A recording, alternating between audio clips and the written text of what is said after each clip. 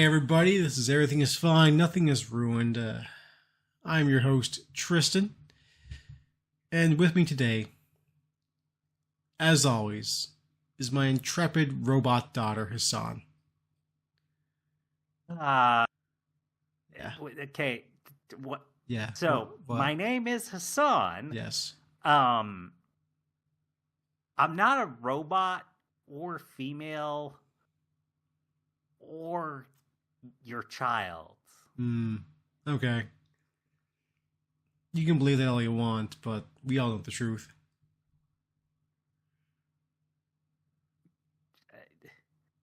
Tristan, I mean, hey, Yeah. I'm an adult, Mm-hmm. so Yeah. It doesn't mean I you don't. can't be my child. I'm pretty sure you can't legally adopt me. I'm pretty sure I'm too old for that. Huh. There's no legal adoption happening here. This is more of a spiritual thing, Hassan. Spiritually. You are my intrepid robot daughter. Okay. Yeah. Okay. Just hey, quick question, Tristan. You didn't touch any Yeah. weird black goop recently, did you? Yeah, what about it? Okay, yeah, that explains a lot. Mm. So that goop might be Mm-hmm. killing you, and Mm. it might have messed with your brain. Mm. I don't think so. I'm pretty sure all that goop that I inhaled into my lungs, directly in there.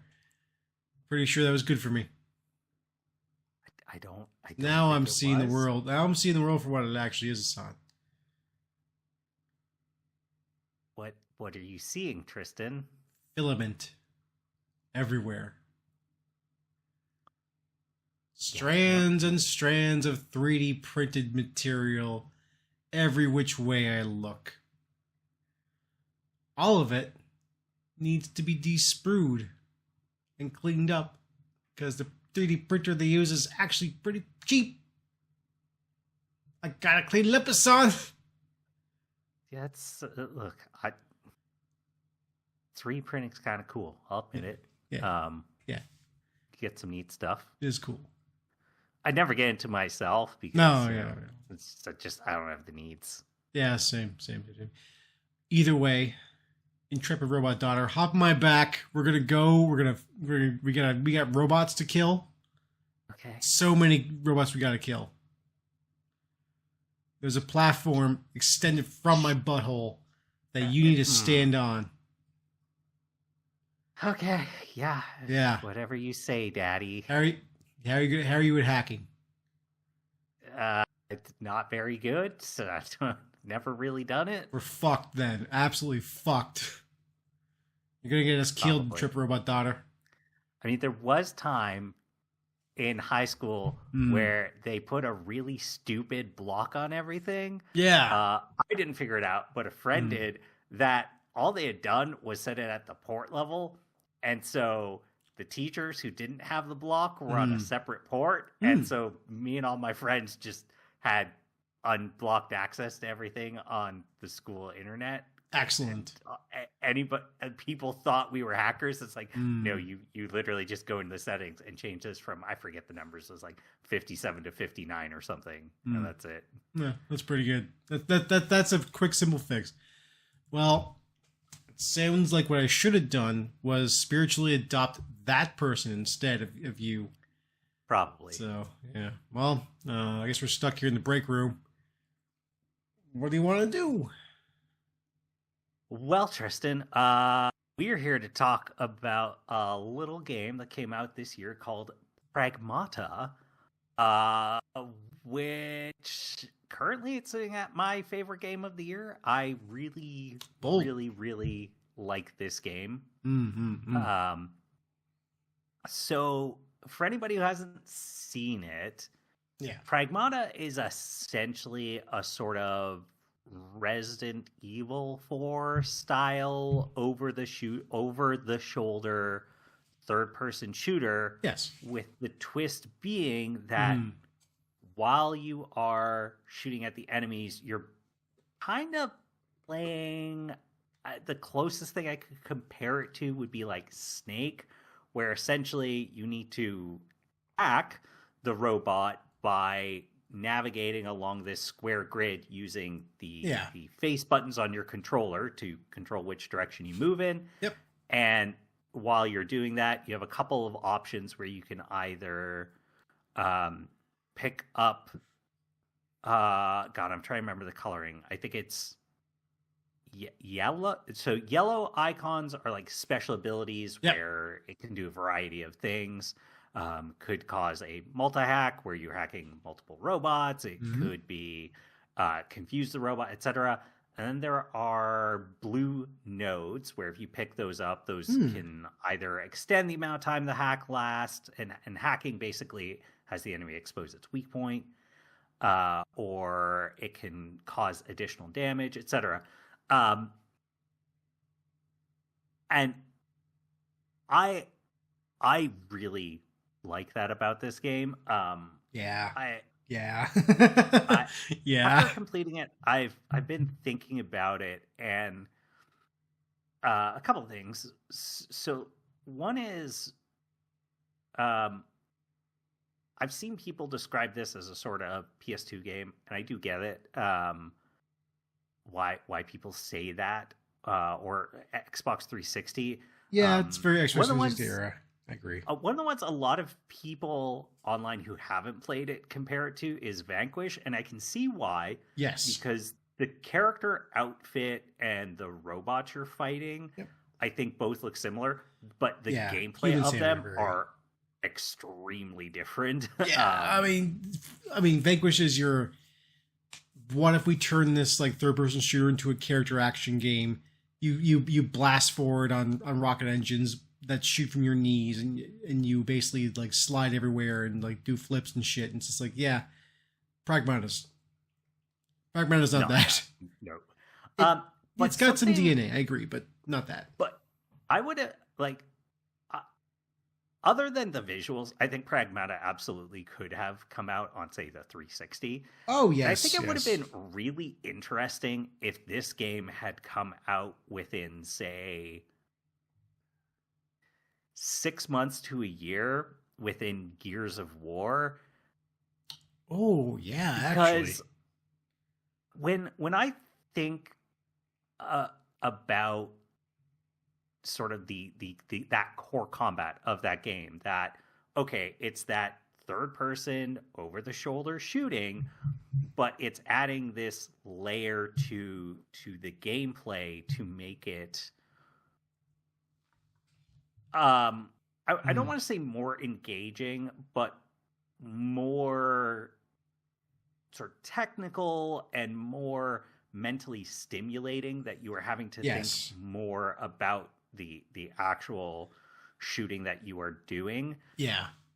I'm like, it's all ifs and buts, but I think it really would have been interesting to have something like this come out, because I think there's a potential there that it could have altered the path of the third person shooter, where I think you're right. In the post Gears of War world, everyone just copied what they were doing in terms of, sticking to cover, and your health regenerated over time rather than picking up health packs.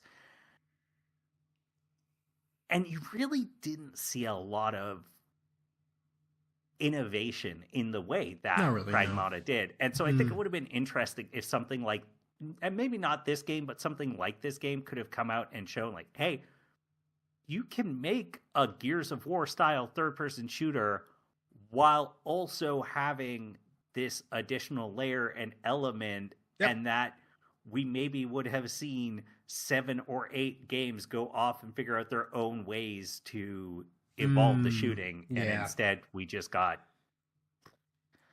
clones close to 10 years of I think that'd be. Here's the thing. I think you're totally right that if Pragmata had come out back in the day, like when I first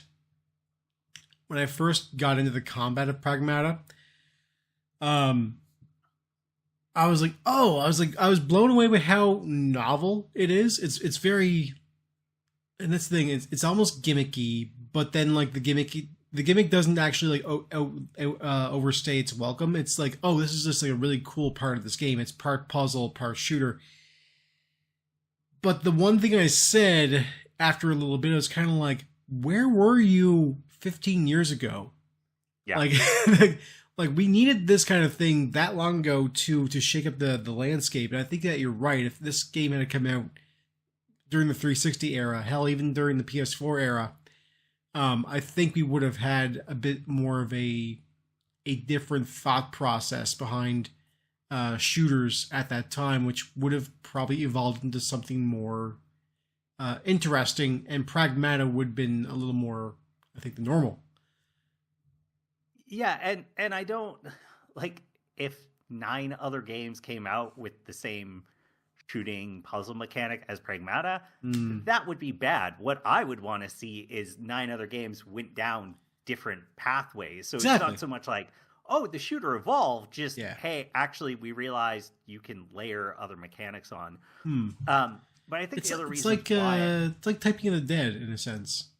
Yeah, absolutely. But I think another reason why people liken it to Vanquish or call it that PS2 game, and something that I really appreciate, and one of the things I've seen, people go, oh, it's not an open world game, which definitely, there's a lot of those right now. But I think the thing that matters even more to this is that the exploration of the game is just very straightforward. So I wouldn't necessarily say levels are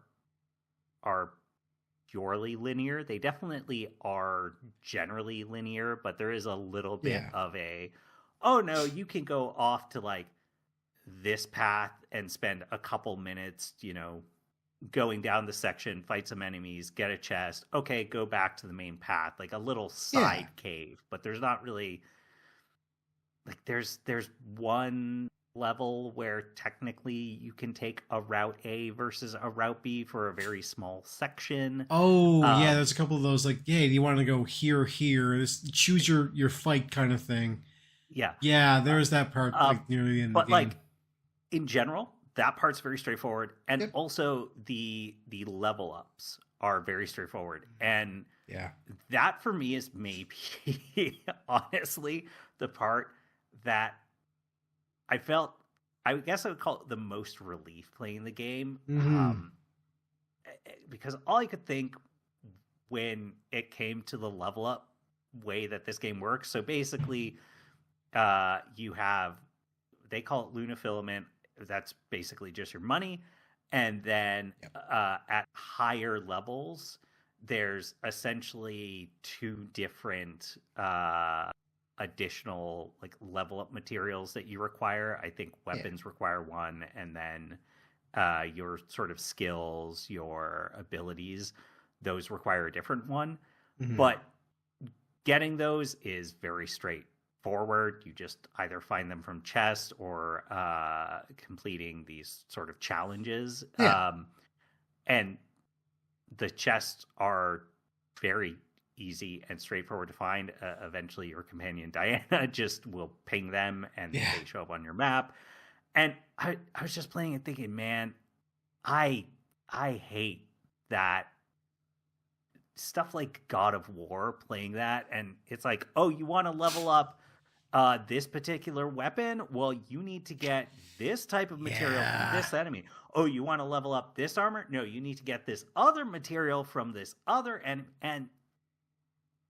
that's not to say that no games should have mechanics like that. I think there are places for that, but it's I think not too many video games have started to do it, like a God of War, that don't benefit from it, right? Games that are a little more straightforward versus like in an MMO, a live service, big open world game. Yeah, I think it kind of makes sense to say, like, hey, if you want to level up this thing, you need to go spend more time in this specific area of a game to encourage that. Whereas a more linear, straightforward game, it's just annoying and frustrating to have to go back to an area and pointlessly fight a bunch of enemies. This is true. I actually blame Far Cry 3 for this, because this is the furthest I can remember back for like a video game being like, okay, for you to level up your character, you have to craft all this stuff. Then you have a bigger. It's kind of Zelda-esque, but it's not. You gotta get a bigger wallet. Then you gotta get a bigger pouch for the stuff you can craft. Then you gotta get a bigger quiver this way, bigger ammo bag, all this stuff, and that's how you get your level ups. And on top of their skill, that's on top of their skill tree, of course. And I think that you're right that a lot of games have delved too far into crafting trees as level up, and this is what turned me off from the God of War games, from the newer ones from the get-go. I'm also a God of War purist, where I really like the original ones, but the new ones are fine. They go woke like Lao Fei. Oh yeah, that's right, that whole thing. Yeah, man, whatever. I have a lot to say about that, but whatever. It's not like God of War is the one just in particular really just there's definitely loads of other games with that problem. Oh, tons. Oh, there's 90 different kinds of, level up materials for weapons or armors or skill or whatever it is. Yep. You gotta collect this specific thing to level up this specific item. But it's imperative that you do so. And then if you don't have this, but like this thing over here, which is made of the same material, needs this instead to level up. And if you don't collect enough of the, what the fuck? Yeah, we just don't need it. We don't need it. I agree. It's okay to just go. No, you just need money. It's fine.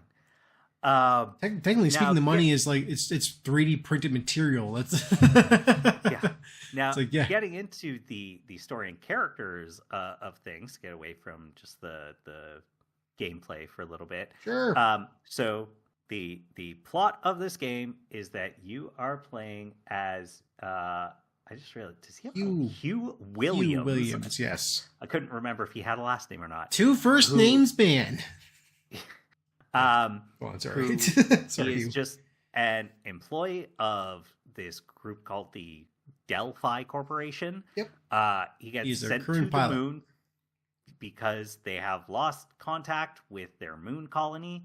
Yes. The reason that we have a moon colony is that on the moon we found this material called Luna filament, which is just space magic rock that lets us 3D print whatever we want. Yep. It's awesome. Yeah, so gets the moon. A moonquake happens, separates him from the 3 other people he went there with, and that is when robots start to attack him, and that is when he meets his companion, Diana, who initially introduced herself as D-I-0336-7. So he goes, I'm going to call you Diana. And how about Diana? I would die for Diana. I love that little girl. They do such a good job of making her a cute, endearing child. It's the Brooklyn Nine-Nine meme. If anything happens to Diana, I'm going to kill everybody in this room and then myself. Like, yeah, it's 100%. Like this kid's precious. Yeah. No, protect that. So initially, I wasn't sure how I was going to feel because when Hugh first gets Diana, he very much puts on the position of I don't like kids.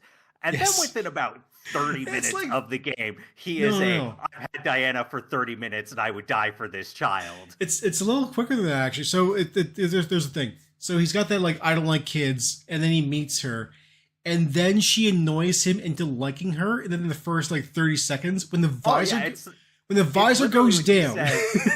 When he says, I'm going to call you Diana, and she just goes, Diana? Like, yes, Diana. Diana? Yes. Hugh? Yes. Diana? Yes. Hugh? Diana? Hugh? Diana? Hugh? Diana? Hugh? Diana? Yes. Let's go. And just but like 30 minutes later, he's like, no, I love this. She is my daughter. Yeah. I love her. Here's my thought process. Because, like, I think that endeared him so much. Because he, at that point, in that scene, he drops the visor back down so you can't see his face.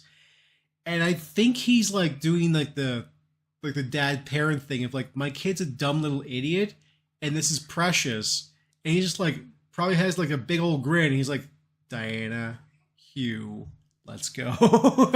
Yeah, Kind of, and, like, it's like, it's exactly, it's wonderful. she's so good. Like the first time when you go back to I forget what it's called, but the room where like your hub room, The cabin. It's just like, is the room called cabin? I don't know, the cabin bot. It's cabin bot. I think it's called just the. Yeah, I forget what it's called. Oh my God. I was gonna call it the hub. But you Hub, go yeah, back that there, works. and she's just got, poorly done, because she's literally only supposed to be 7 years old. Like 7-year-old kid drawing of her and Hugh, and you're like, I will die. This drawing would go up on the fridge. Yes. I want to keep these all, and you're just teaching her stuff about Earth and that.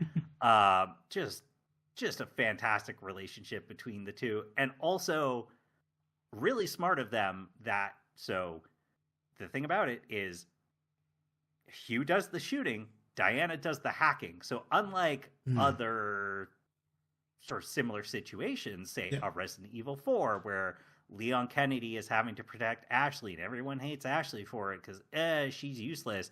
In this case, you love Diana because she has all these great hacking skills. Yeah. It's called The Shelter, by the way. The Shelter, yes, that's what it's called. I will say this about, just to quickly on Resident Evil 4. They made Ashley a little better in the remake. That's the one thing I can see with the remake that I truly loved.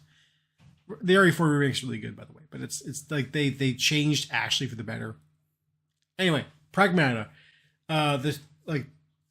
The dynamic that Hugh and Diana have is like truly unique as far as video game dynamics go within like the action genre of video games.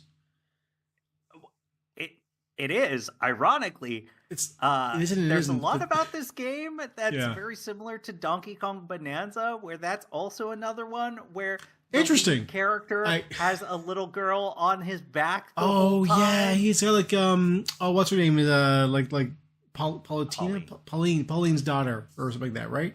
No, it's Pauline. Oh, is this like a kid version of her? Or is it just like it's implied that Donkey Kong Bonanza happens before Mario Odyssey, and that is just Kid Pauline.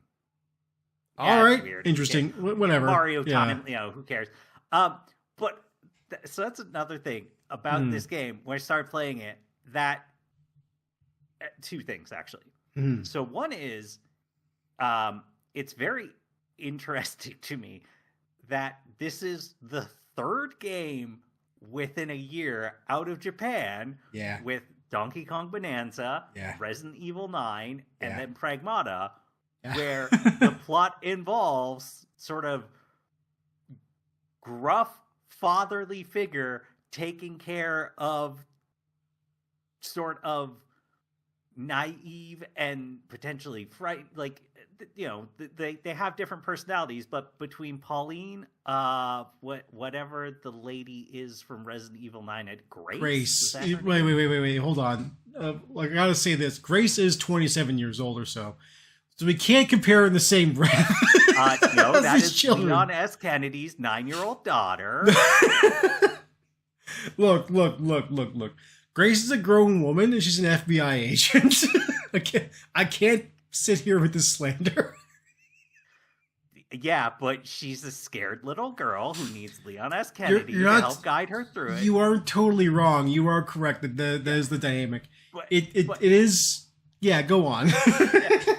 And then you've got Diana Pragmata, and it's just this weird. I saw somebody making the meme because former Japanese Prime Minister Shinzo Abe had part of this sort of plan to try and increase the Japanese birth rate, to use the media to encourage people to have families. Oh, that's right. Just made the meme of him in heaven being like, yes, my plan is working. They all want to have kids as a result of these games. They want to be the fatherly protector. And it's like, that's definitely not the cause, but it does unintentionally feel like it is fulfilling his goal with these games. These are all convincing people like, oh, I want a kid like this. Yeah. I want, you know.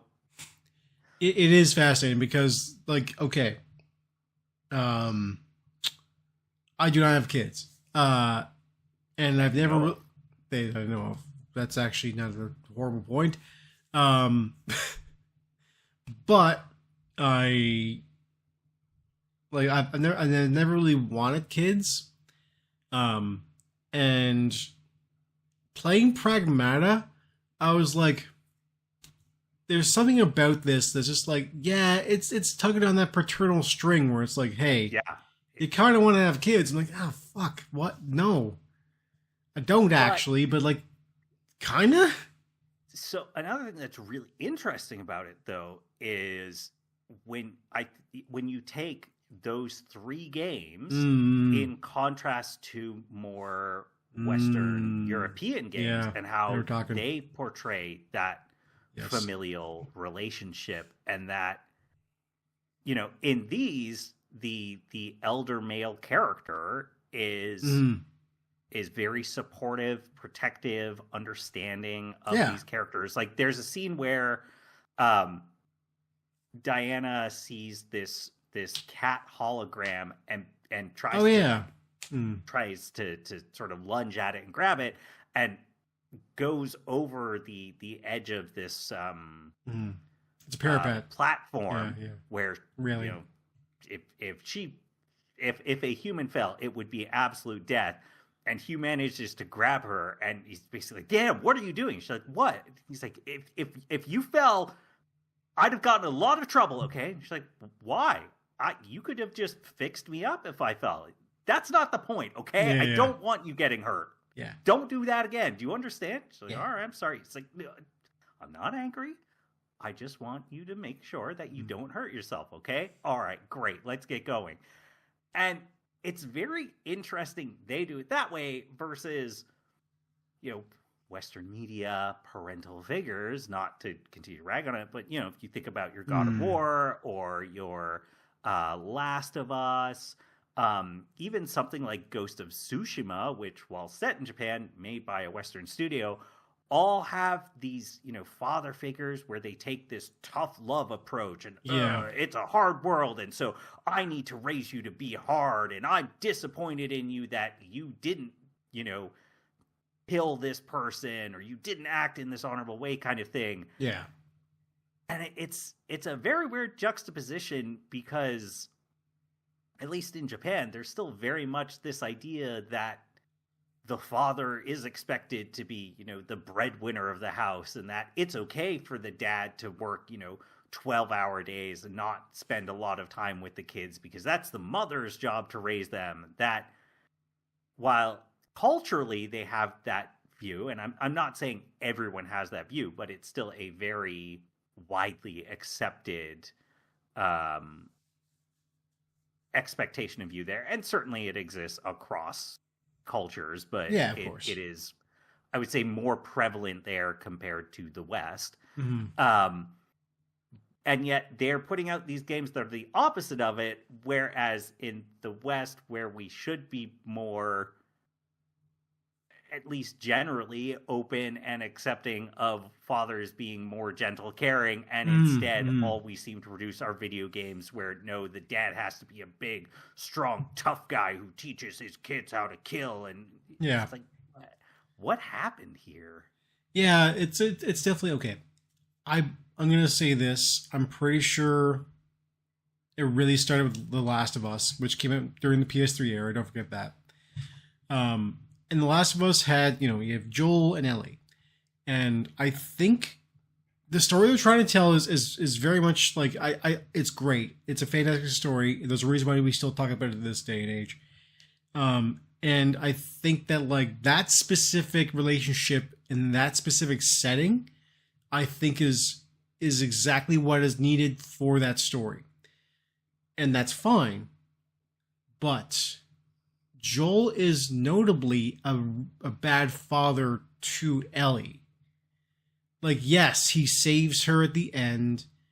And yes, like, he keeps her safe in this horrible world. But like, if you compare how Joel was with his biological daughter pre like zombie apocalypse, you know, it's a bit different. Joel seems a little more caring, a little more there, a little more present.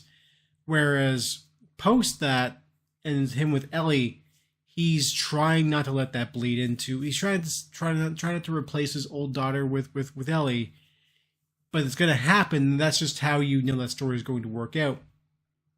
But like the point of The Last of Us is not everything is good. Even the good things that we think are gonna stand the test of time don't last and aren't necessarily always good things. That's the point of that game. Not every game after that has the same dynamic needs to have the exact same dynamic. You know, we didn't need God of War with like I'm a gruff old grizzled war veteran, you know, Kratos, who has a kid now and he has to teach that kid how to like fight and survive and kill in this world. If to defend those games, if I recall correctly from the first one, the God of War remakes or God of War sequel games, Kratos didn't want his son to be involved with this stuff. He just kind of ended up being involved. I can't remember. And the thing is, I don't think any individual of those stories is a problem. It's more so when you start to pull back and just look at a lot of the way that the parental relationships are written in a lot of Western media games, like even the Tomb Raider games, they just, it's like, man, do people work in, is it just like you have to have a bad relationship with your parent and that's the only way to get into video games? Is that why they're all written this way? I mean, that doesn't hurt. No, like it's more of a, I think you're right. I think it's more of a writer's thing because like I don't think that's necessarily a video game specific thing. We can take a look at a majority of like dads in media, and they all have probably something similar to Joel and Kratos and that kind of thing. We like a big, strong, gruff dad who's going to like, you know, fight and kill for the people he loves, without question. And the thing is, like, we get that from Hugh as well in Pragmata, but he's not just that. Pragmata seems to understand that there's more to this kind of person because there's got to be a level of love that comes from that. Well, like, the thing is, he's not tough with his kid. Like, no. I think the big difference is a lot of these other dads, it's a tough world, so I need to make you tough. And he never does that. Mm-hmm. Donkey Kong never does that with Pauline. You know, Leon S. Kennedy never does that with Grace, his daughter. To be fair, Grace could be his daughter because Leon's like 54 in that game. So, yeah. I think he could be younger. Smoking hot 54, but yeah. Know. Oh God, yes. He's been lifting. He's aged, but you know he's been lifting. He still has the big flop of hair. Yeah. And then it's Anyway, yeah. Getting into the main plot of the game, I'm gonna be honest. I don't have a whole lot to say about it. I think it's fine. It's pretty standard. Nothing special. Yeah. It's really the relationship and the sort of individual moments with Hugh and Diana talking about sort of wanting to visit Earth and experience normal human, you know, young girl things, and Hugh wanting to give that to her. Those parts are great. The actual main plot where you are trying to stop this robot IDUS, IDUS, which is Intelligent Direction Unification System. Yeah. You're basically trying to stop it so that you can get back to Earth. Spoilers, I guess. I thought it was a super obvious plot twist, so that's why I'm barely considering a spoiler. It turns out Diana's sister 8 is actually evil and bad person. You have to stop Yeah. her. Yeah. Like, that part of the plot, I thought it was all fine. I'm not gonna try and sit here and pretend it was amazing. No. Totally serviceable. None of it I thought was bad or upsetting. I do think the one thing I wish the plot had more of was I wish it did have a little bit more of, or not. I shouldn't say a little bit more of, but I wish there was more characters. So yeah, me too. There's more. Basically you could kind of argue 4 characters in this game. So there's Hugh, Diana, 8, and then Itis. I wasn't even going to say Neil Higgins. They're the creator of the Pragmata. Oh, yeah, that's a good point. Neil Higgins. He's in a decent number of these. Talk to him though. No, you never talk or interact with him, but you get to see these hologram recordings of him with Diana and Kate and his actual daughter. But like, even so, there is technically another character of Cabin, but Cabin's just there to say fun lines, and he's maybe got 20 of them, so he's even barely, and he's, other than at the very end of the game, there's like no plot relevance for him. So I did still like it, but it would have been nice to have at least a couple of other humans scattered throughout the game. Like, oh, some people you save or something. Like, just something else there to maybe make it feel a little more fleshed out, a little more living of a game. Yeah. So this one I will actually, for realsies, spoilers. Just to quickly talk about the end of the game and some of what I hope for out of it. So, Hugh in a fight ends up taking a wound where he gets, I think it's just called dark filament, hits him. Which I think is a great naming convention. Yeah. I like that. Diana has an ability to purge dark filament, but at one point Hugh asked her about, like, well, what if a human got hit by dark filament? She's like, no, when I purge it, I'm basically like erasing it. And if I did that, it would erase the part of the humans that have the dark filaments, it would destroy their organs, whatever. And so on the first playthrough ending, regardless of the difficulty, the ending of the game will be you beat the big bad boss. Yep. Which we're going to come back to that. I do have one problem about the big bad boss at the end. Hugh puts Diana in this cargo transport ship, sends her off to Earth, and the implications are, and he dies. Yes. That will then unlock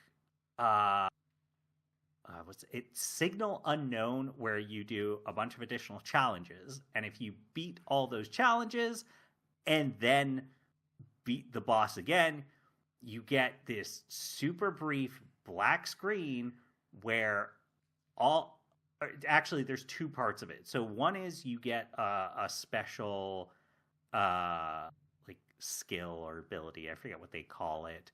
And if you read the description of it, it talks about how, this, because I think they're called like mod chips or something. Yeah. It talks about how this mod chip can, I forget the exact wording, but it basically says like it can cure dark filament poisoning. Yep. And then what happened, you get the exact same ending, except there's a black screen and it's Cabin, and he just has this voice where he goes, oh, just you today?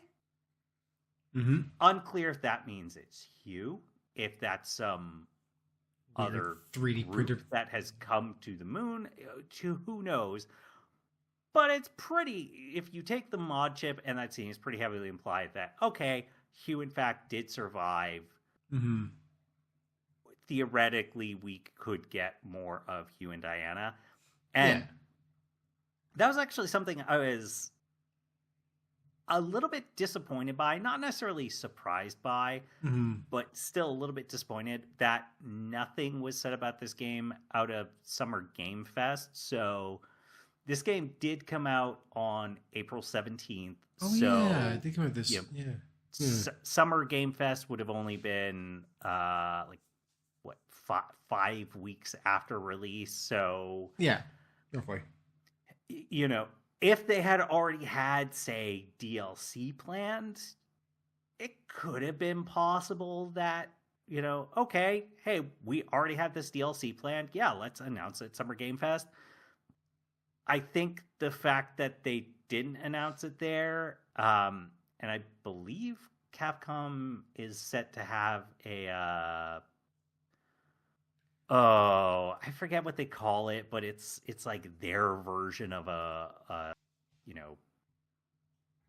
Nintendo Direct, for lack of a better term, a presentation about, hey, here's some, info about upcoming games. That's supposed to be later this week. I think if they don't announce anything there, this game is probably not getting DLC, because I think what that would mean is what if they were working, or if they wanted to do DLC, that they weren't already working on it before the game released, because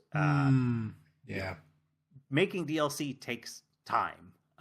It does. So typically, if DLC is planned, people start planning it and working on it before the game comes out, so that you're not waiting 8 months to longer to get that DLC, so that they can, kind of strike while the iron is hot. Whereas I think if it was, and they probably didn't know how well this game was going to do. Some of the advertising I don't think was the best on this game, especially the first trailer that came out made this game seem like it was going to be very Kojima-like. Yeah. And this game is not Kojima-like. The first one where they're just floating and there's all sorts, it's just very ethereal. So I wouldn't be shocked if Capcom looked at Pragmata and said, we're not, we're taking a gamble here. We're not going to spend the money to say, yeah, you're greenlit, whatever it is, 6 months out from release of the game, start working on DLC as well. So I wouldn't be shocked if this game didn't get DLC, and we'll have to wait for a Pragmata 2 to actually see. I can see that. The continuation of this and find out actually what happens.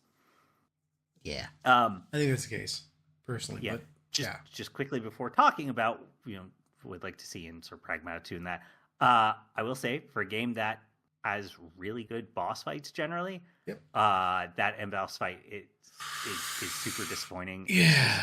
The very final boss fight is just an on the rails thing that is, it's like, oh yeah. That thing. I think you're referring to the one. Okay, sorry. No. Yes. No, the actual boss fight I really enjoy. I thought it was super tough, but I appreciated that. No, the very final on the rails thing, I was like, wow, this is such a disappointing, like, I kind of deflation. Yeah, I'm fine with that. Okay, here's the thing. Did you play all three of the Spider-Man games from Insomniac? No. Okay, here's the fun thing. I'm used to this kind of boss fight, specifically from those games. That's weird. Yeah, pretty much every boss. Yeah, multiples of them actually. So lame. Yeah, I don't think I've really talked about those games a whole lot. I don't think we have. No, those games are great, but like the boss fights are lackluster in some spaces. Like for instance, especially in Spider-Man 2. Fighting Venom, fighting what's his name? The Lizard, and in Spider-Man 1 fighting Doc Ock. There's a bunch of QTE on rail stuff that just sucks.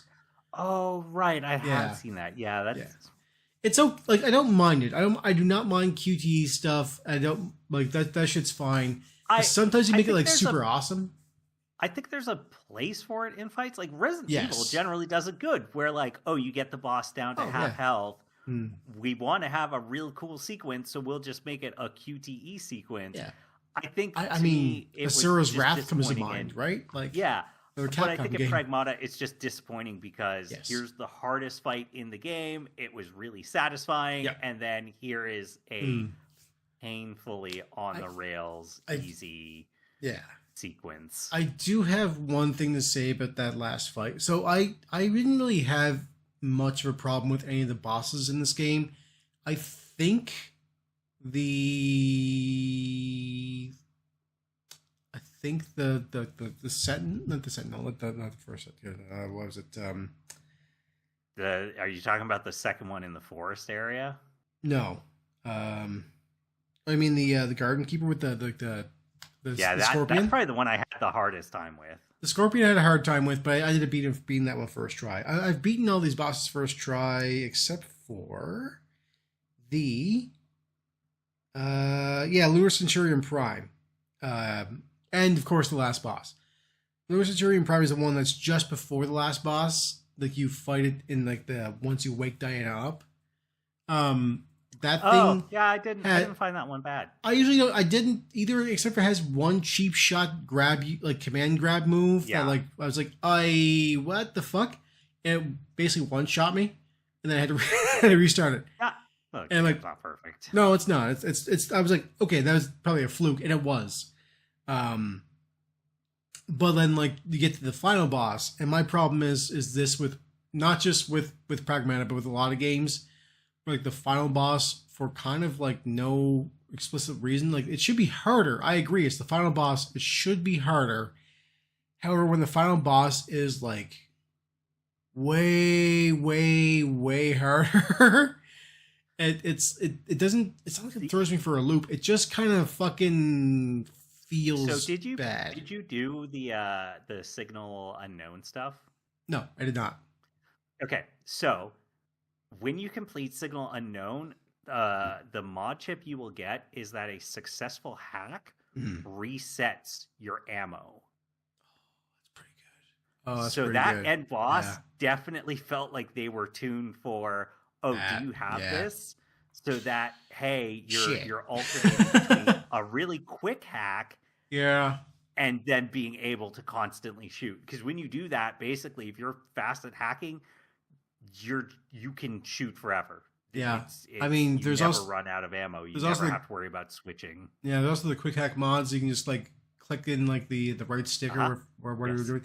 Yeah, quick hack for you. And boss definitely feels like it was tuned for that. Yeah, because the first time playing, I was definitely like, wow, this is like a weird spike. Like this is harder than I expected. Stomped me hard. I was like hours in this thing. Yeah, it was going back, and I was like, oh, okay, this is tuned for this. That seems more like it. Okay, yeah, that makes sense. But I'm like, the thing is, okay, this me getting into like the whole thing is like Pragmata. In terms of gameplay, let's just keeping it on this, is in a way a Souls-like in some of the way it presents itself, because like, okay, when you rest, it tells you when you rest, enemies will respawn and stuff. When you die, you will come back to the shelter and all these things for upgrades and that kind of stuff. Okay, great. Like it's got like shortcuts. It's got some of that DNA from Dark Souls, because we for some reason can't get away from it. And that's fine. Dark Souls is great, but I mean, some of that DNA can be found in some of the fights. There are some pretty cheap enemy placements in Pragmata, I find, and that is noteworthy when you first encounter the invisible spider things. Because for me, I had no problem with these things, because like once I knew that these were a thing in the game, and I found out accidentally, as everybody should. But once I learned that these things were a thing, I could pinpoint exactly when they're going to throw one at you and like it's going to be the worst actual times. Like I'm going to go in here, I'm going to open this chest, and oh yeah, guess what? There's going to be an invisible spider. Yeah, I know.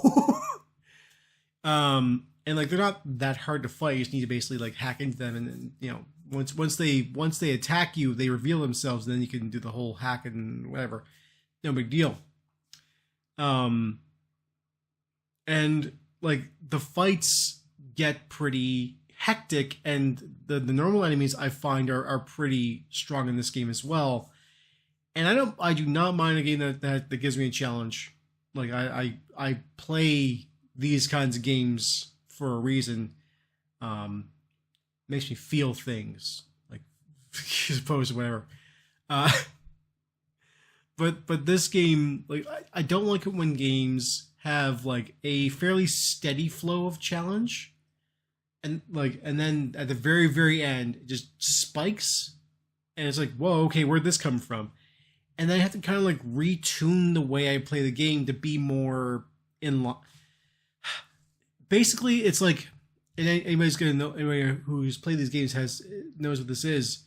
It's the difference between playing Dark Souls 1 and then immediately they throw a boss at you from Bloodborne.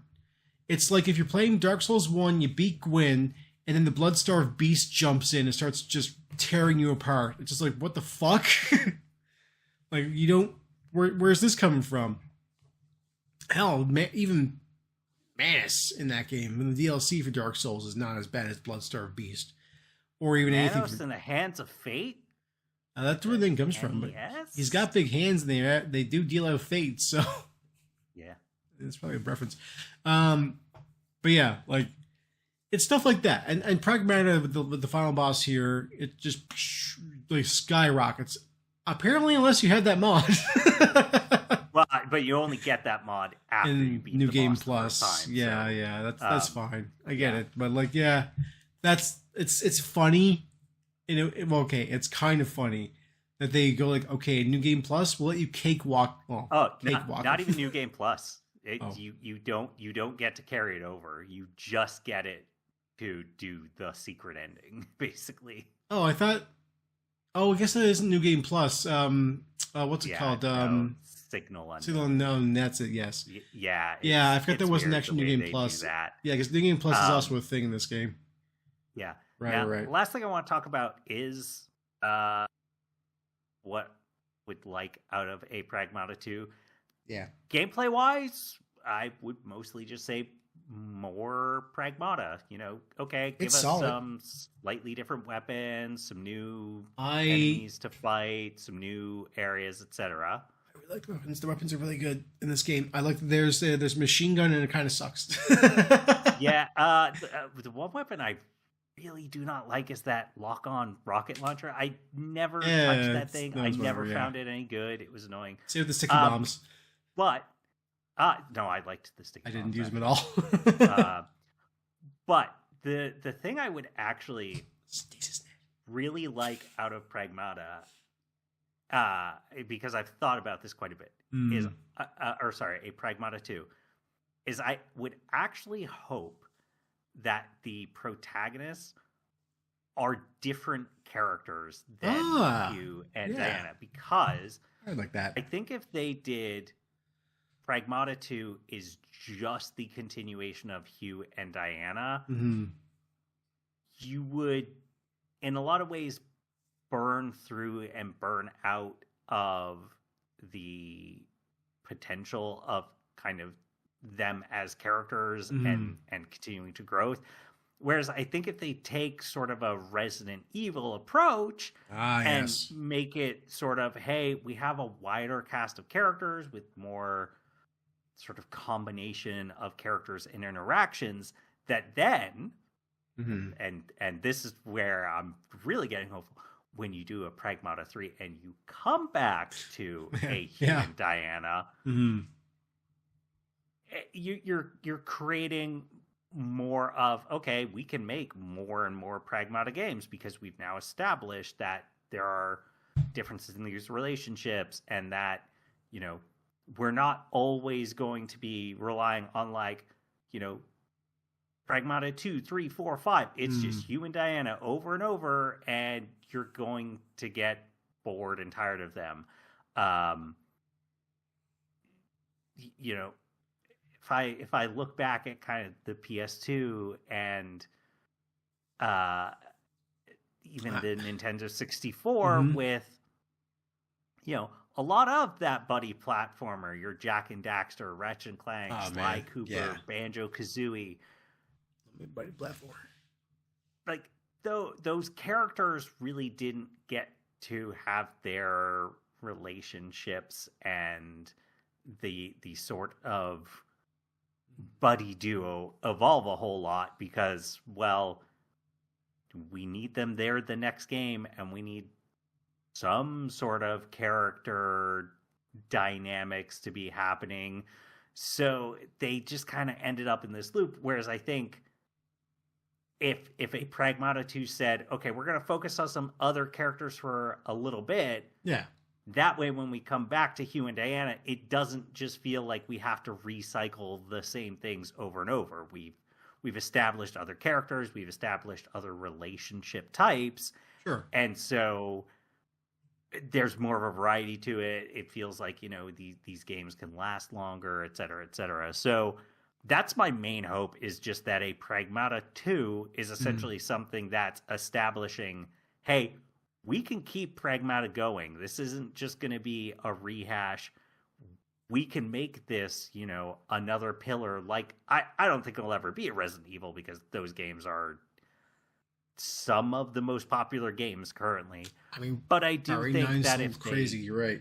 Yeah, but I do think if they treat a Pragmata 2 correctly, it could become a somewhat pillar franchise for Capcom, where they could put out a new Pragmata every couple years. I can see that, especially because, like, I mean, it's been said a lot this year and a bit last year as well. Capcom is having like an absolutely generational run right now. Like, they are on their game. I would say, other than Nintendo, I don't think any other publisher has ever had such a... And not to say Capcom hasn't had misses, because they have. Monster Hunter Wilds was, and still has, performance issues. They put out that dinosaur live action shooter thing. Oh, yeah. I forget what that was called. Yeah. Dino Break or something, I forget. You know, that was... They own Dino Crisis. They could have just done Dino Crisis. Generally accepted as a failure. Yeah. But I think, like, for how few misses they have and how good all of their hits have been, I will say this. If they announced Code Veronica X, well, Code Veronica as a remake coming next year. And the Code Veronica is noteworthy in the Resident Evil series as being the worst Resident Evil game, and I would say it's maybe blown out of proportion, but like, it's not. I don't think it's a bad game, but it is definitely the worst Resident Evil game, barring that weird RE multiplayer only thing. That whatever. Yeah, that's whatever. That's the whole different thing. I would argue that, like, if they somehow turn the tide on Resident Evil Code Veronica and made us like Steve Burnside, I think that Capcom is at an absolute next level thing, because we're talking about a game that has been shat on since it came out in like 2001. Absolutely fucking crapped all over it, like, for like a long time. If that's the case, and they can remake that and make people like it again, because that's like that's the last game that really had Claire Redfield featured, and like, we've been wanting more Claire Redfield. I feel like 6 is if they can make 6 good, then they truly establish themselves. But I RE16 says Capcom's on an incredible bend. They are. eventually Yeah. it's gonna stop and it's gonna suck. But I mean, hopefully it lasts long enough. We get a Pragmata 2 out of this. Is my hopes. I do also like that your play of Pragmata effectively follows the same structure as the Onimusha games. Yeah. Yeah. Which is why in Pragmata 3, Yep. Jean Here we Reno Yeah, is I was going gonna to say be a Jean Reno. Deuteragonist. Yeah, of course he is. Jean Reno, notable also bad adopted parent. Oh, is he? You ever watch Leon the Professional? Oh, he's like the prototypical one, man. Of course, Leon the Professional. I wasn't thinking movies. I was thinking him as a human. No, I don't know about him as a human. I'm sure he's fine. But yeah, Leon the Professional plays an assassin who adopts a kid, and it's like, this is how you kill a guy. It's like, oh, maybe you don't. Also, potential love stuff between him and the young teenage daughter. It's a whole Leon Professional's conflicting movie. Maybe, yeah. Anyway, any more you want us to say about Bit Pragmata, Hassan? So I agree with you for the most part with this game. It's excellent. Nope. Just I highly recommend this game to everybody. Right now I think it's my favorite thing I've played this year. Fair enough. Also, just a quick note about Resident Evil. Leon in Resident Evil 9, Leon Kennedy is 49, and Grace Ashcroft is between the ages of 21 and 25. He could absolutely be her father. 1,000,000%, yes. Which means he would have she was born when he was 27. So you know. Yeah, anyway. He's her adopted dad. You know. Yeah, it's true. It's more important that she's adopted. That way, he wants to have her around. Not out of obligation, like most daughters. Anyway, we should wrap it up. All right, we'll tell people where to find us. You go to our Blue Sky account, which is at EIFNAR. Go there and yell at us about how much you enjoy Pragmata and how much your adopted daughter is good at hacking. That'd actually be awesome. So yeah. It's like my adopted daughter that I built out of scrap. It's good at hacking. She only wears blue coats from now on. Hell yeah. Hates shoes. You also, go to our Spotify and iTunes accounts, leave reviews if you can, rate us stars, add stars to the account, listen to the show. If you're on YouTube, like and or subscribe, one of the two, or both. Both is actually an option now. YouTube has recently updated that. So, so you can do both. As recently as, 2009? Anyway, a long time ago. Yeah, right. You can also share the show with your friends. Perhaps they would really enjoy an episode of where two non-dads talk about what it means to be a dad. Yeah, we know better than real dads. Come on. Obviously.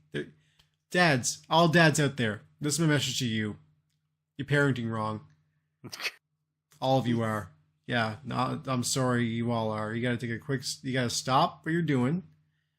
And I'm going to make a podcast episode, on my own, and just tell you about everything you're doing wrong and why it's wrong and how you can improve it. And the first thing you need to do is put money in my crypto account. So, okay. Just FYI. Just saying. Okay, Elon. Best dad in the world. Yeah, exactly. It's why he has so many kids. Honestly, he's got so many kids. It means he's a better dad because he keeps making kids, right? That's what it means to be a dad. Yeah. Anyway, you should also go to our friends at DJDang.com. That's the guy that does the music, DJDang.com. Go there, listen to his great tunes, and if you could, I believe he is stuck in a pod somewhere. You need to free him, but it could be a trap. It's unclear. I'm gonna say don't free him in that case. Okay, well, could be. I'm not saying it is. Evil. Yeah, it sounds like he is. Is he? Yes. Maybe he's just misunderstood. Nah, he's evil. Okay. Anyway, that is it for our show. Tune in next time for another effortful episode of Everything's Fine is Ruined. See ya. See ya. Say it.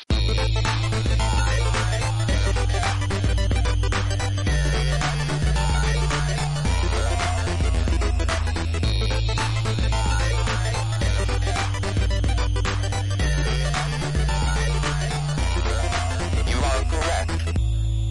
You win.